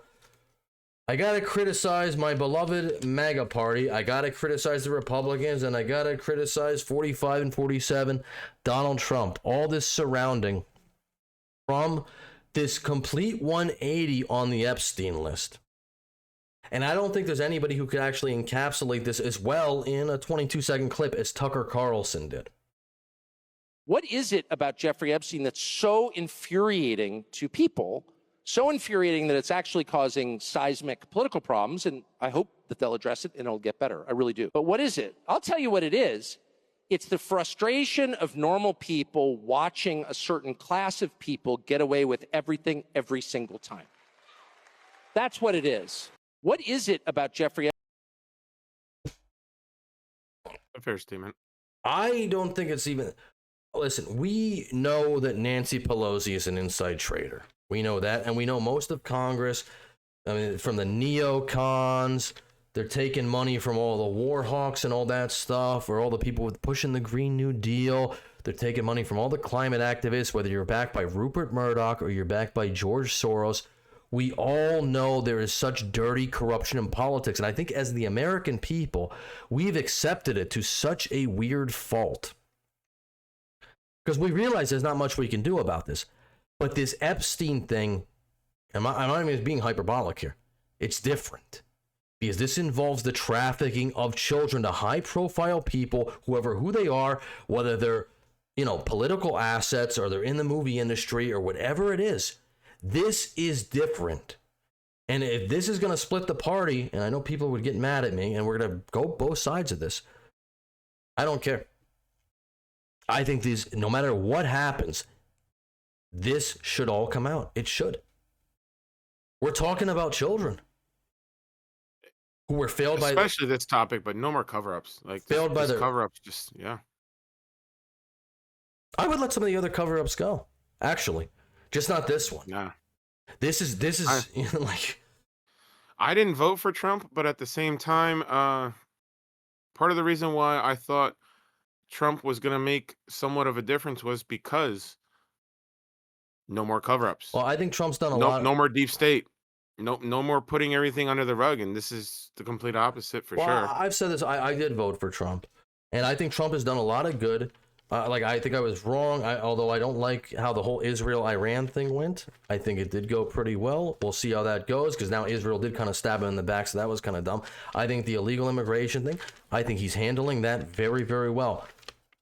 But he's released some of the files that the FBI said they wanted to. The JFK files got released. We know more about that than we ever have now. He's put, some good people. Like, I think Bobby Kennedy is going to be great in his, what do you call it? Make America Healthy Again. I think that's great. I think that was a good team up. I think that really helped him get the libertarian vote. Trump's very smart in a lot of areas. But this, every time he opens his mouth and talks about it, is just, it's just debauchery. It's terrible. And for him to now come and do a 180 on this, the files, they never existed. And we're going to get into... It's very blatant that he's covering up for people that he knows. He's covering... I know who he's covering up for. I can't say it on YouTube, but... Yeah, no speculations on who, please. Yeah, we're not... I don't want to be a part of any of that game, especially with something as high profile as this. Okay. I don't want to speculate about anybody on the list unless we have ironclad proof. I will not be a part of any of that. We're going to read a statement from Trump here. The radical left Democrats have hit pay dirt again. What is it? Just like with the fake and fully discredited Steele dossier, which was the lying 51 intelligence agents, the laptop from hell, which the Dems swore had come from Russia. No, it came from Hunter Biden's bathroom. That's true. And even the Russia scam itself, a totally fake and made-up story used in order to hide crooked Hillary Clinton's big loss in the 2016 presidential election. These scams and hoaxes are all the Democrats are good at. It's all they have. They are no good at governing, no good at policy, and no good at picking winning candidates. Also, unlike Republicans, they stick together like glue. I would agree with that. Their new scam is what we will forever call the Jeffrey Epstein hoax. And my past supporters have bought into this BS, hook, line, and sinker. They haven't learned their lesson and probably never will, even after being conned by the lunatic left for 8 long years. Conned by a lot of things, not by this. I have had more success in 6 months than perhaps any president in our country's history. And all these people want to talk about with strong prodding by the fake news and the success-starved Dems is the Jeffrey Epstein hoax. Let these weaklings continue forward and do the Democrats' work. Don't even think about talking to our incredible and unprecedented success because I don't want their support anymore. Thank you for your attention to this matter. Make America great again. Very upsetting to hear him. If I, like I said, speak like that, well, specifically about the Jeffrey Epstein issue, it's because it's not that it's not even a question if it's a hoax or not. The fact that he's actually going out. Well, if it's a hoax, I don't know. I don't know why Ghislaine Maxwell is in jail. Release her from jail. Yeah. I mean, it's a hoax. I know that, and there was a whole thing too. She wants to testify before Congress. I don't think that's a good idea, personally, because I don't know what she's gonna say. If what she's gonna say is truthful, this is not a trustworthy person. Can you trust her word? But there's got to be, there has to be evidence. You can't tell me there's no evidence. Like they were trafficking these people to nowhere. I mean, it's as simple as the flight logs. Anyone that was flew to that island. I mean, or the whole, the fake quote by Pam Bondi. Oh, we're not going to release CPS to the American people. I don't think anybody asked you to do that. I've never heard anybody saying, I want to see this position. No, we just want the names of the people on the tapes. Nobody wants to see what the hell happened. Really? I mean, I don't want to see those tapes. We just want to know who took part in it and if they're going to get prosecuted, because they should. This is really interesting, though, and this is where I think things are really getting bad for Trump, because even Benny Johnson is one of Trump's biggest fans, biggest supporters, but even he is saying it's like, nah, he says too, I stand with Trump on a lot of things, and I do too. I do as well, but you can't stand for everything and just ignore all the other crap. And everyone will go, why weren't you as vocal about Joe Biden? Well, nobody knew where Joe Biden was for like 4 years, so. But let's hear what Benny's got to say. This was not like an Epstein show.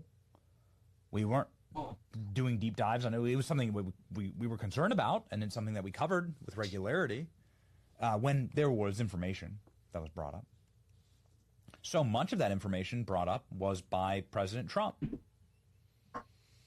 And it's just an important thing to make sure that you're not living in bizarro world as a massive Trump supporter who has spent hundreds of thousands of hours on live streams, obviously advocating for these policies and these administrations, defending the administration. In fact, the most viral clips on the Epstein topic has come from this show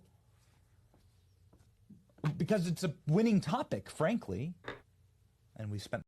And listen, I don't want to discredit Benny here, and I won't actually, because I think Benny Johnson is a really good reporter. But he's a big Trump glazer too. He loves the glaze Trump. It's like, he's got that whole segment on like going to Trump Towers in Chicago, going to Mar-a-Lago. Like, I mean, he loves Trump. He's been on Air Force One. So for him to come out and say this, it's pretty big.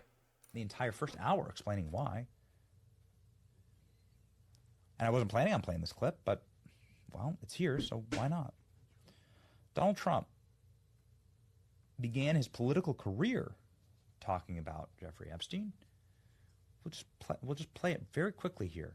Like, bringing this into the public arena was President Trump. That's a matter of historic record. It's not up for debate. I'm saying that's a good thing.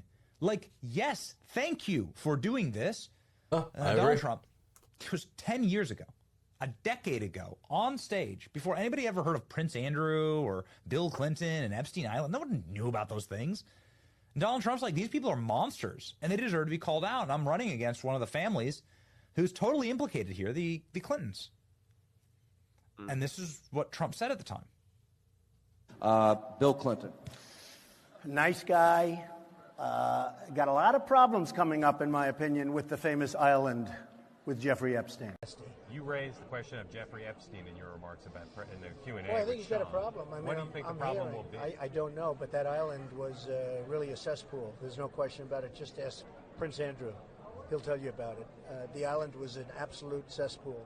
So Nobody ever heard of Bill Clinton on a I think Benny's right here. Predator Island before Donald Trump brought it up, or Prince Andrew. And it's commendable because Donald Trump was right. Bill Clinton did go to that island. There's tons of evidence of that, including but not limited to the victim testimony. Mm-hmm. And of course, Prince Andrew paying 10 million plus pounds. And listen, I want to. There's a lot of people on Twitter right now. There's a lot of talk about, well, why don't the victims just come out and name names? Well, Virginia Guffrey did that, and Virginia Guffrey is no longer with us. So, like, just so there people are plenty think of reasons why. Just so people think it's so simple for these people to go out and do this. These people that they're going against, they have money, they have influence, they have power, they have networking, they have so many resources at their disposal. Anybody who's attempted so far basically didn't make it. Wasn't able to achieve it. Silence victims. I mean, Trump was telling us before anybody knew about this. So when I say that this is a problem of the administration's making, well, I mean, there's an He's enormous right. amount of 100%. evidence to back that up. We don't run. There is no reason that Pam Bondi had to come out there and said, the files are on my desk. They're sitting right there. I'm going to review them. She didn't have to go on Fox News. There's a big blow up with Dan Bongino, and there's a big blow up with Kash Patel. Apparently, Kash and her, they've worked some stuff out, but it's like, and every time Trump talks about this, it's a worse and worse look. And he's going to lose more and more supporters. Oh, the Epstein hoax, this is about children being trafficked to high-profile people within our government and maybe internationally around the world. This is a big thing for most people. And I remember years ago when this first came out, this guy on Facebook, he was obsessed with it. He said, oh, nobody cares about Epstein. Nobody cares about Epstein. And I said, dude, people care about Epstein. But as the average person, as you or me, somebody who has no influence or no power, nothing like that, what can we really do about it except speak up against it? All we can do is speak up. But these people, they don't have to listen. Obviously, they don't. I have no incriminating evidence. I have no idea. But I do believe there is some. And I do think, it's a shame that I don't know what's going to happen with this. I really don't. Hashtag TikTok binders. Hashtag influencer binders. Where are they at? What are we doing here? A channel here to talk nonstop about Epstein. It's certainly a topic that we cover along with thousands of other topics. But the DOJ memo that was released last Sunday forced the hands of people who cover the topics of import and note on the internet because people said, what the hell with this memo? Yeah. Given the preponderance of clips and evidence, and here's an article where Jeffrey Epstein brags about being a CIA agent. Just one article. It's just one piece of example. Mossad asset, too. And so, it's the point I'm trying to make here is that it's the administration and their handling of this, which is why everyone's talking about it. It didn't have to be handled this way. No, it was handled terribly. Handled off. And people aren't satisfied. And that's what all available polling shows. Yes. And there's so much evidence that the government has that could be released to engage in the pressure release valve.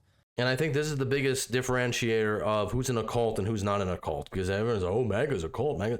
A lot of people are not happy with this. I mean, Democrats, obviously, they're like, oh, he's got to release the files. I mean, Biden obviously could have done that as well. But that's neither here nor there. I'm actually not. Because I don't even think Biden, I don't know if he could get himself dressed. But well, I was about to say, let's be clear. Not Biden. Biden's administration could have released the files. Biden couldn't do anything. Yeah, well, it would ultimately come down to them. I highly doubt that if they wanted to release the files, if Trump wanted to do it, I don't think Pam Bondi could stand in his way.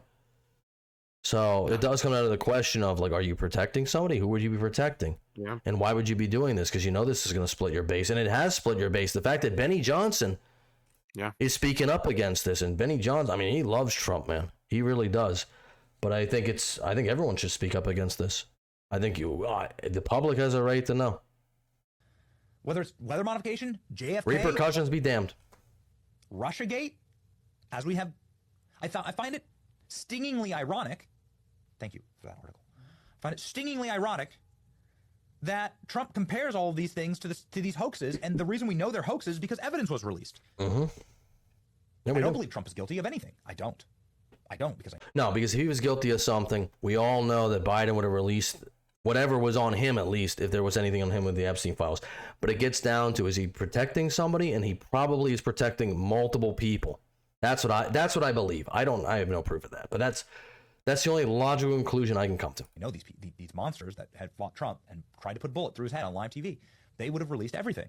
Yeah. If there was a single scintilla of incriminating evidence against Donald Trump in there, it would be out in the public. You know it. You watched it happen with the... No, he's right. Yeah. It's pretty big that Benny Johnson himself is speaking up against this. But we don't have everybody who likes Trump as much, We have Misfit Patriot here who is going to explain why you are a terrible person if you keep talking about Epstein. Deliver an Epstein list, or you're not going to win the next election that you can't even run in. What's the threat to Donald Trump? You're not threatening Donald Trump. His reputation. You're threatening America. It's credibility. You're a fucking terrorist. What? Trump. You're threatening America. What? You're a fucking terrorist. Oh my God. You're holding this country hostage if you don't get your way. Sound familiar? Because the fucking left just did that for a decade. Fucking. What a reasonable take. These people, like, I don't know.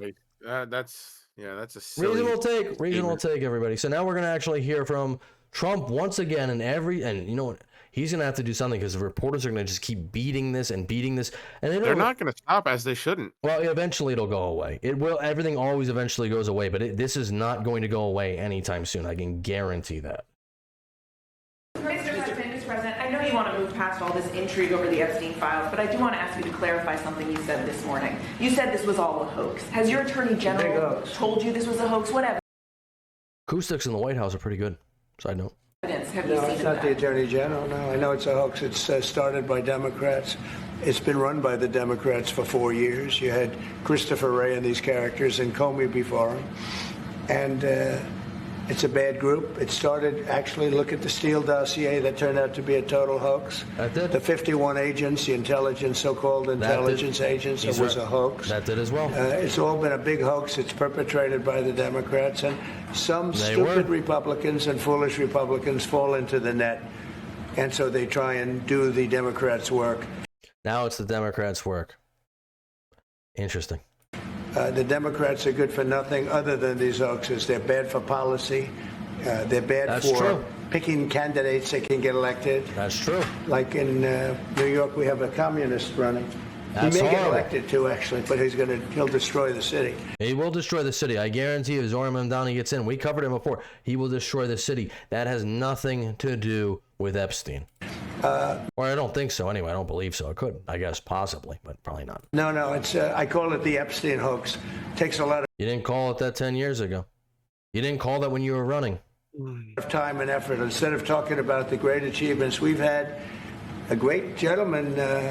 Yesterday, as you know, went on CNBC and he made the statement that Trump may go down as the greatest president of all in the United States. And instead of talking about the things we've achieved, we've had tremendous achievement. They're wasting their time with a guy who obviously had some very serious problems. See, I don't think anybody thinks this is a waste of time.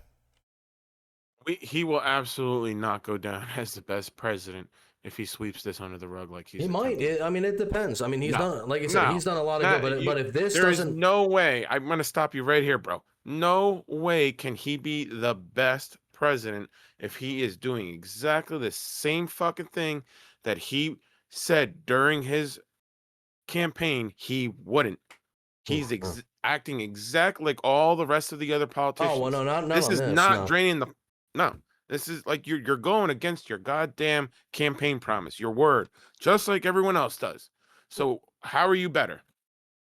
How are you better if you're doing the exact same fucking thing as everyone else? well, who are you protecting? That's the question. How many people could possibly implicate it that you have to protect all these people?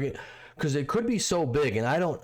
This is speculation. I don't know, but maybe it's so big it would take down all the influencers, or all not the influencers. I'm sorry, I misspoke. But all the Hollywood elites. Maybe it would take all them down. Maybe it would take down most of the politicians or something to that effect. And maybe it would take down most of our international relations. Maybe there's, he's protecting other diplomats from other countries. I don't know. But I mean, but all we can do right now is speculate. But him saying, it's a hoax, it's not going to go away. We know it's not a hoax. Ghislaine Maxwell is in jail. Yeah. We know he's blatantly lying. Yeah. There's not a question. I mean, we don't know who, but we know he's blatantly lying, saying that there's no one. If this doesn't somehow get resolved in some type of way that is going to, the Democrats will never be satisfied. And I don't think they really care. They want it to smear Trump. But I think a lot of people, especially like me, because I voted for Trump, and I like a lot of the stuff he does, like I said. But yeah, this will always be a blemish. It'll be a big red smear across his ledger. It will. Yeah. You have to give something. 100%. You have to. So I'm really more curious about what's going to happen in the coming days. But let's let our president finish here. 3-4 years ago. I'd rather talk about the success we have with the economy, the best we've ever had, and all of the things we've done, including in the Middle East. I mean, you see it. Instead, they want to talk about the Epstein hoax. And the sad part is it's people that are really doing the Democrats' work. They're stupid people. Yeah, go ahead. I'll be a stupid person then. That's okay with me. I had this really quick thing. Matt Walsh has been tweeting about this all day long, and not just today. Yesterday, day before that, Matt Walsh is really invested in this. Trump has decided suddenly, after years of saying the opposite, that the Epstein files are a hoax. Boring, they don't matter, and anyone who talks about them is a bad person and a weakling. He's entitled to his opinion, but the idea that the conservatives are obligated to also change on a dime and adopt this new perspective along with him is just madness. It's not even possible. I can't just decide not to care about the issue even if I wanted to, and I don't want to. And I think that's perfectly said by Matt Walsh. I'm not going to just ignore the issue. This is one of the things I voted for Trump for. And this is one of the things, if you want to drain the swamp, like you just said, you have to get into this. This is important. No matter if it takes down Democrats, Republicans, whoever. You got to get these people out. You have to. Because it's like going back to the first clip with Tucker Carlson, just like he said. We as the common, as the plebs, we're the plebs. And we accept a lot as the plebs. We know that the rich are always going to get richer. We know there's a very small window that we could possibly climb up and achieve the same thing. We know the rich get away with a lot of corruption. There's a lot of dirty hands being shaken and all that stuff. And for the most part, we just sit back and we laugh and be like, oh, Nancy Pelosi stock tracker. Oh, she's an inside trader, all that stuff. But this involves children. And this involves a lot of PDF files. It's not just going to go away. I guarantee it. It won't just go away. And the last thing I think I have on this, is it the last? Yeah, it is the last thing I have on this. If anybody doesn't know, one of the most Trump deranged people out there is Stephen King, author of, I don't know, what's it, The Green Mile, you know who Stephen King is. Everybody does. Popular stories, yeah. So he comes out and he says the Epstein client list is real. So is the Tooth Fairy and Santa Claus. Wow. Stephen King and Donald Trump, or Stephen King has disagreed. I don't think Donald Trump cares about Stephen King, but Stephen King has disagreed with Donald Trump on literally everything he's ever done. He's a very Trump deranged person. He's like Mark Hamill or any of these other lunatics who they hate Trump just to hate Trump. So they think everything he stands for is wrong for America, blah, blah, blah. But suddenly on this, he's agreeing with him. It's odd. I don't know. Yeah, and he did, this is Stephen King once wrote a novel, It, in which a sexually abused 11-year-old girl had sex with a group of 11-year-old boys, with King vividly describing the girl's orgasms as denying that the Epstein list exists. What a shocker. It's fiction, but it's a weird subject to write about, I would say. But anyway, we're gonna move on from that. We got one last topic. It's not as serious, but if you could like, share, subscribe, comment down below. And we are moving on to the divorce rumors from Barack and Michelle Obama. Now, this has been rumored to be going on since I think like January. I believe that was when Jimmy Carter's funeral was, and Michelle Obama did not show up. Then there was a segment before that. Or no, after that. I'm sorry. After that. What am I talking about? Trump's inauguration. Again, Michelle Obama did not show up. She hasn't publicly been seen with Barack in, I don't know, probably like 7 months now. So there's been, rumors swirling about their divorce. But Barack Obama has actually come on, Michelle Obama and her brother, Craig Robinson, I believe, their podcast, which will probably be their biggest boost to their podcast ever, and maybe that's the reason, because their podcast is not doing well. They only get a few more viewers than us, Duke, and, she was the former First Lady. But, play the clip, because they are going to try to put these rumors to bed. Welcome to IMO, look at you. Wait, you guys like each other? Oh, yeah, really, huh? That's so the nice. rumor mill. It's my husband, y'all. She took me back. Now don't start. I can't. It was touch and go for a while. It's so nice to have you both in the same room I together. I know, because when we aren't, folks think we're divorced. Let me tell you. First of all, see, I'm in Wichita, Kansas for Austin's turn. I gotta speed this up. And This podcast has made me quite popular. Tell me if this is too fast, but this is going to get a little boring, so I got to speed this clip up. You're big famous. And people come up to me all the time. This woman came up to me and she was so nice. She's like, "Can I have a picture?" Yeah. And then so you know how you get too fast. That's a little too fast. Yeah. All right, I'll put it up to 1.2. the side hug, and she's like, "What did he do?" And you knew she was gonna say what he did. And I You was knew like, it wasn't like what happened to him. That is so It was like, terrible. how'd he mess up? How'd he mess up? And I said, "Well, what makes you think he messed up? Why couldn't it Well, be why her?" did you just say no one messed up? Well, because Well, I wanted to keep this conversation going so that I could tell you about it. Oh, Lord. I was like, what? And she's like, "He did something, didn't he?" I was like, don't worry, everything's fine. And let me tell you, she was so happy. You would have thought I gave her a Christmas. Listen, all I know is they haven't been seen together, and obviously this is rumor and speculation. This gets a little gossipy, but I need these segments. I can't do heavy segments all the time, but I got to do light segments. But yeah, this is obviously speculation. But yeah, they haven't been seen together in about I don't know, even longer than that, since January. So it's interesting. These are the kinds of things that I just miss, right? So I don't even know this stuff's going on. Right. And then somebody will mention it to me, and I'm all like, what are you talking about? Yeah. Because Obama's got a lot to do these days, There hasn't been one moment in our marriage where I thought about quitting. Well, that's sweet. My man. And we've had some really hard times, but we have had a lot of fun times, a lot of adventures, and I have become a better person because of the man I'm married to. Okay, don't make me cry now. Right at the beginning of the show. Oh, that's sweet. Don't let me start tearing up now. And welcome to. So obviously there's no trouble in paradise, so they say, and they are back together. So I just wanted to go back why people think this.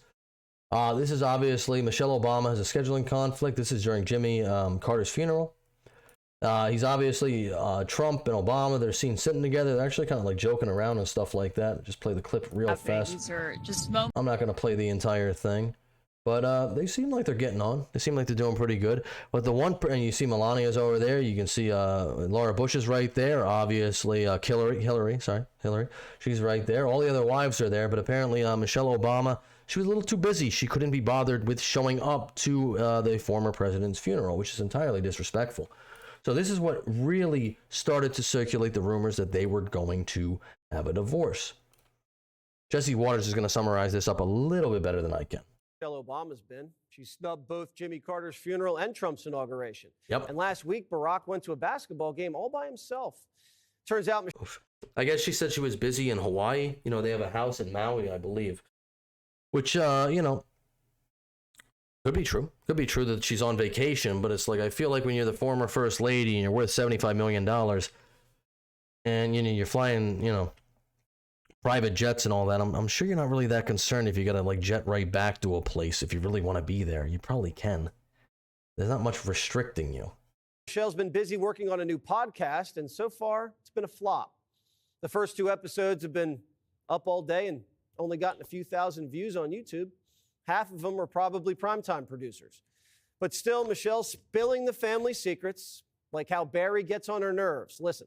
Barack, he had to adjust to what on time was for Because he was on that island time. Well, but I've got this husband who's like, when it's time to leave, it's 3:00. He's getting up and going to the bathroom. And I was like, dude, like 3 o'clock departure means you've done all that. And these could all just be little jabs and stuff like this. This could be playful, or it could be interpreted as, hey, yeah, I haven't been seen with this guy in, 7-8 months or something like that. Nobody knows where she is. She's MIA.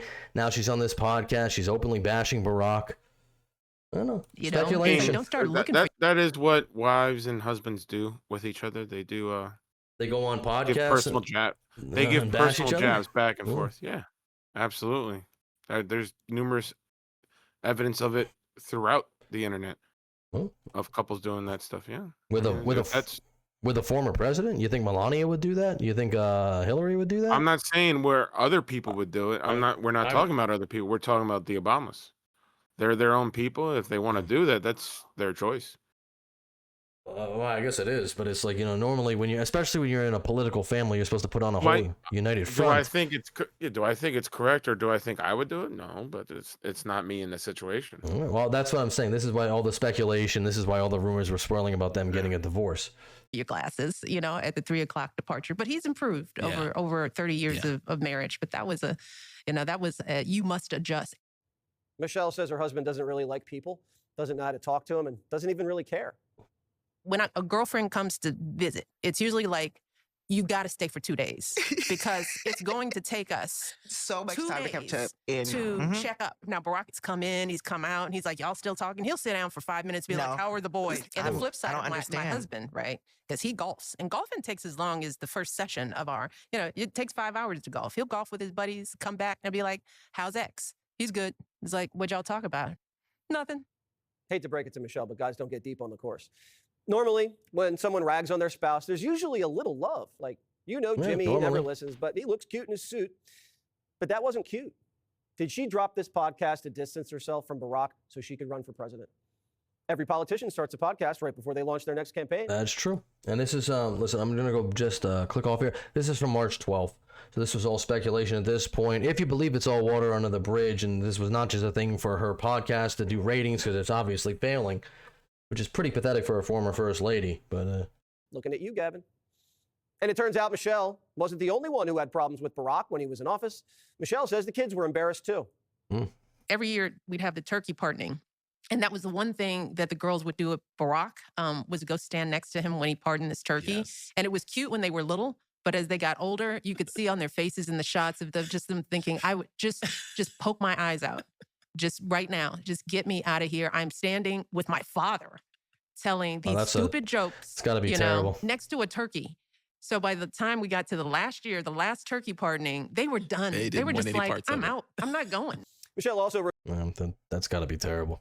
Revealing that she didn't want her husband running for president. That makes two of us. Being married to the president of the United States thing. Yeah. that none of us kind of banked on. I mean, we knew Barack was smart and, ambitious, but, I think, but you talked me into supporting his run. I did. Because I was definitely like, nope, no way. This is crazy. We've done enough crazy stuff. That's right. That's right. Barack came to me and he's like, I can't convince your sister to go along with us. And I'm like, whoa, well, go along with what? And it's like, I think I'm going to run for president. And I was like, what?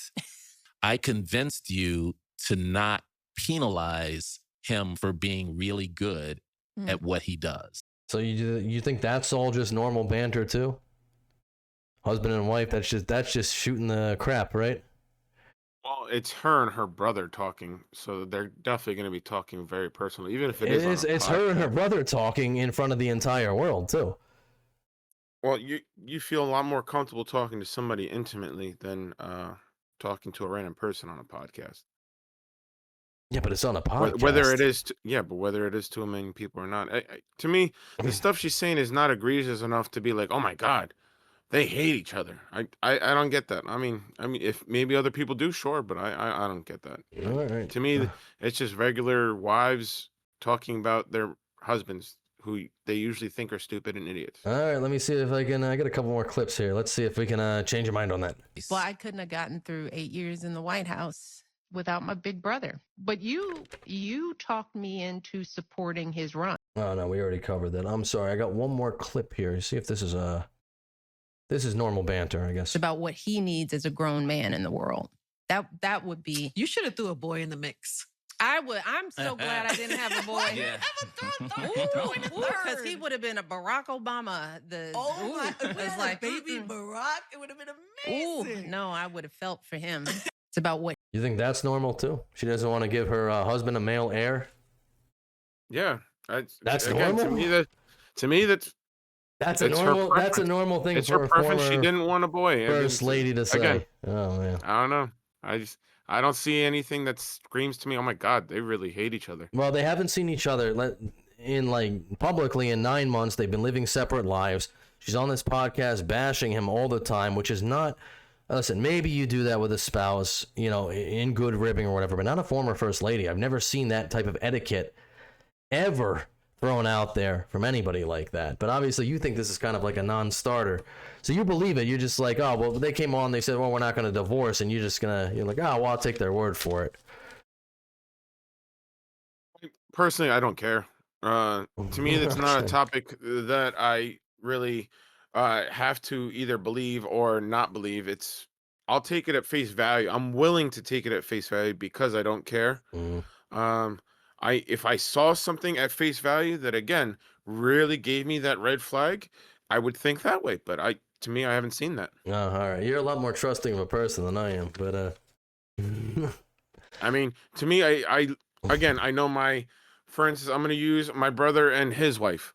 I know he's not running for president, but everything that we just witnessed, I've witnessed firsthand them talking to each other a lot worse and they than that. Like they curse each other out sometimes. I mean, it's what husbands and wives do sometimes. Everyone has a different dynamic. On a podcast? No matter who the relationship is with, you would just hope it's a healthy relationship. I'm not going to sit here and say they have a healthy relationship. I don't know. I don't see them in private enough to even speculate. I have no idea. But the fact that they're comfortable enough to talk this way in public about each other, and clearly the other one is not coming out and being like, I can't believe she said this about me. I can't believe he said this about me. I can't believe she's... When you're the public eye, especially at their level of politics, you really can't do that. I mean, look at. I mean, you can. It's an option. No, you really can't. I mean, look at him. It really is. Look at Bill and Hillary Clinton. Why do you think Hillary stayed with Bill all these years? Well, we already know she had different agendas. She had different motives. She wanted to be the first woman. Well, yeah, well, it wasn't for love. It wasn't for love. They're not staying together for love, and it's like. I think that's the whole thing that's why I wanted to talk about this, because I'm like, I don't know if anyone's actually buying this. I'm going to do this article real quick, and then we're going to wrap this up, because, this is, we're stretching on here. Obama's looked to end divorce gossip once and for all, but they've barely been seen together for months. Former President Barack Obama and wife Michelle have finally sought to shut down the long-running rumors they're headed for divorce, even though they've barely been seen together in months. The former first couple jointly addressed the speculation swirling around their 3-decade marriage for the first time Wednesday, joking in the latest episode of the First Lady's podcast that it was touch and go for a while. She took me back, said Barack. We already saw that the Obamas have tried to quell speculation by posting cute pics on social media, even as they seem to live mostly separate lives in public. And Michelle Obama has actually come out and publicly said that her and Barack, they don't see each other anymore because now they're in their 60s. Is that a normal thing for husband and wives to say? I don't think it is. I would think as you get older, you'd probably get closer. But she's saying, no, well, now that we're older, we don't really need to see each other that much anymore. So that would lead into speculation. Is it just for the kids? Is that why you were there? I don't know. Well, that would lead me to believe that they aren't intimate. They aren't a close marriage relationship anymore. But there's so many different types of marriages. Everyone's different. But I like you stated actually just previously, I don't think even if they didn't have the same feelings for each other, I don't know if they would ever get divorced because of the public image specifically. Like, I don't know if they would actually ever get divorced. It would be a scandal, exactly, and it might fracture the... So even if they weren't together, they would never officially get divorced. I would. But is it to that point? Yeah. I don't think it's to that point. I don't know. I just don't think it's to that point. I think maybe they are heading in different directions, and they're okay with heading in different directions, and then ultimately coming back home to each other eventually. Yeah, I've seen what kind of relationship that will wind you up with, and that's I'm not saying that's what I would want. I'm not saying that's what I would want. I'm not saying that that's an okay relationship. Again, and that's honestly speculation because we don't know their private lives. But if that is what they want, that's why we're speculating on it, because it is what it is. They're in the public eye. The whispers hit fever pitch when the former First Lady noticeably skipped 2 high-profile events earlier this year.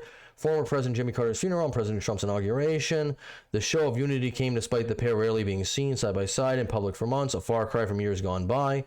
They were last pictured stepping out for a date night as they left the swanky Lowell Hotel restaurant in New York City on May 27th and cozying up for dinner at the bustling Osteria Mazda in Washington, D.C. in April. Before then, Barack and Michelle hadn't been seen together since December 14th, when they were snapped leaving the Mother Wolf restaurant in Los Angeles. They did, however, share the rare photo or two on social media to mark birthdays, holidays, and anniversaries. So, yeah, I mean, what that statement right there says, like, oh, well, they haven't been seen together. They haven't been seen together. But they do post pictures together once in a while. So clearly, they are together, just not on camera. Oh my God, the world's gonna end. They're not on camera, and we didn't see it. How many places do you think the former president and former first lady can go where they're not photographed constantly? Do you think that's a common occurrence? Does that, I mean, are they actually going out every single day? Are 60-year-olds going out every single day and doing stuff? I mean, maybe not. If I were them, yeah, I guarantee you they're going out every single day, at least every week, guaranteed. And they're fine with the life that they built. Again, I don't think they're getting a divorce anytime soon. Definitely not. Is their relationship or is their marriage maybe as solid as it was before? I'll go on and say no. It based off of what we've seen, it's not.